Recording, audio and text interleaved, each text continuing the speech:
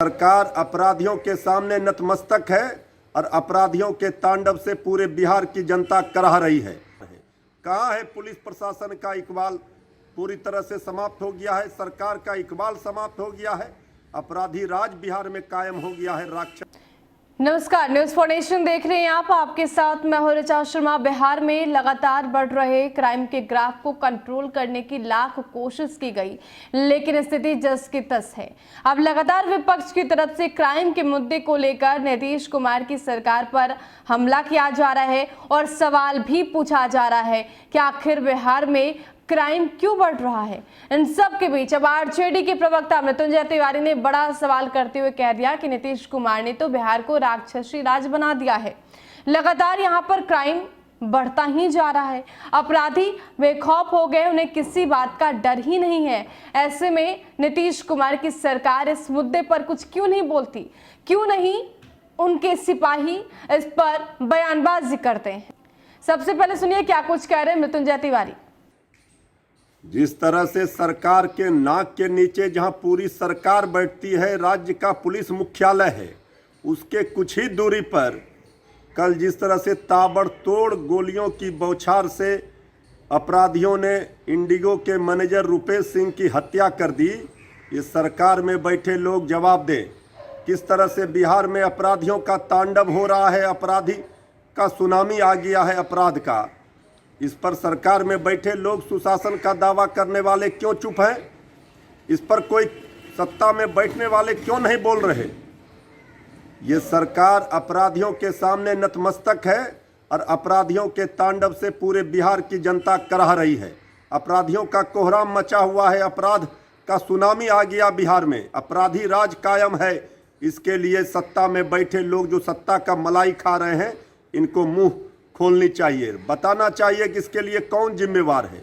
कहाँ है पुलिस प्रशासन का इकबाल? पूरी तरह से समाप्त हो गया है। सरकार का इकबाल समाप्त हो गया है।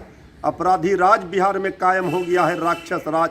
आए दिन जिस तरह से हत्याएं, लूट, बलात्कार हो रही हैं, अब तो दूर दराज गांव के इलाके को तो छोड़ दीजिए, अब तो पटना में, राजधानी में शाम में हत्या हो रही है।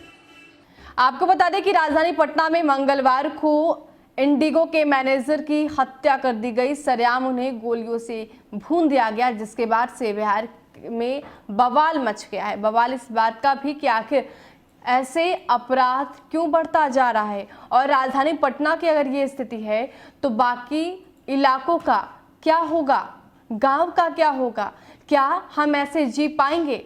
आपको बताएं कि पुलिस की लाख हिदायत के बावजूद अपार्टमेंट की सुरक्षा में खामी साफ तौर पर उजागर हुई।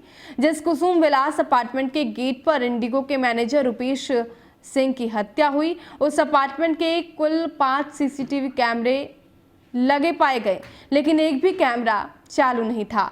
अपार्टमेंट के गार्ड मनोज कुमार ने बताया कि जब से कैमरा लगा है तब से बंद है। गोवा से छुट्टियों से लौटे रुपेश ने मंगलवार को आते ही तत्परता से काम संभाल लिया था। विमानों में बुकिंग की स्थिति से एयरपोर्ट पर होने वाले हर वीवीआईपी